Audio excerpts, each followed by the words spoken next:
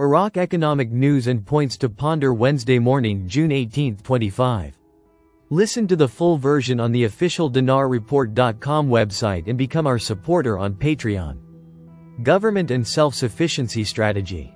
Economic June 17, 2025. Waleed Khalid Al-Zaidi. In a world where needs are growing, ambitions are multiplying, and innovations are increasing to improve the living systems of societies and expand the integration capabilities, that governments seek to revive the lungs of their people's economies with more pillars of development and growth, especially in the issue of resolving crises and overcoming the economic difficulties that stand in the way of living, in order to secure the factors of the safety of their programs away from isolation in sites of wasting energy and chaos in wealth management. The most prominent form of success for governments is what can be achieved in the issue of self-sufficiency in many important and essential elements in the structure of needs that they rely on to serve their people, and through expanding the scope of optimal investment in the available latent national wealth, in order to overcome the problem of securing it from abroad. Self-sufficiency in our country in any vital sector is an ambitious and achievable goal through the implementation of innovative programs based on untapped resources, and the development of ambitious plans to rise to the level of real strategies based on realistic capabilities in our generous land, which God Almighty has blessed with all the components of development and the foundations for improving the means of life and a comfortable living, provided there is national will, rising determination, confident steps, and a straight path towards realizing the people's hope of exploiting their country's wealth in an optimal and appropriate manner that spares it the scourges of crises and the problems of economic transformations that occur in the world from time to time. This is evident in some of the government's current efforts, such as enhancing agricultural production, achieving self-sufficiency in some food crops, improving water resource utilization methods, and developing more efficient water management systems by rationalizing water use and preventing water waste, utilizing solar energy to power some operating systems, and reducing reliance on the national electricity system, which is produced using expensive traditional methods.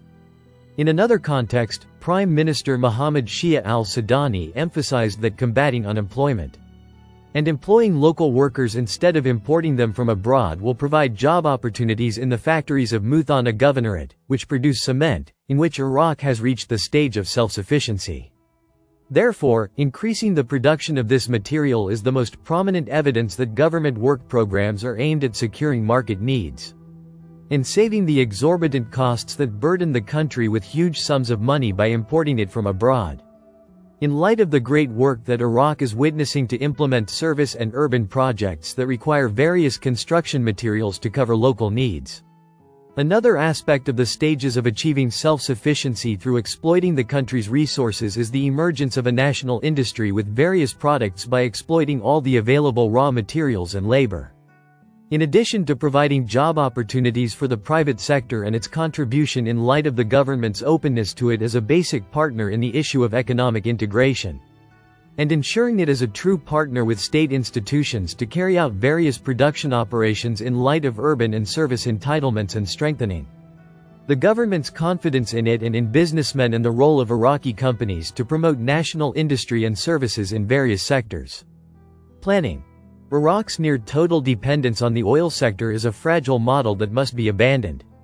Energy and Business. Iraq Oil. Basra, the 17th of June 2025. 2:36 Shafaq News. On Tuesday, Sabah Jundi Mansur, Director General of the Economic and Financial Policies Department at the Ministry of Planning, considered Iraq's near-total reliance on the oil sector to secure the country's general budget revenues a fragile model that requires an alternative.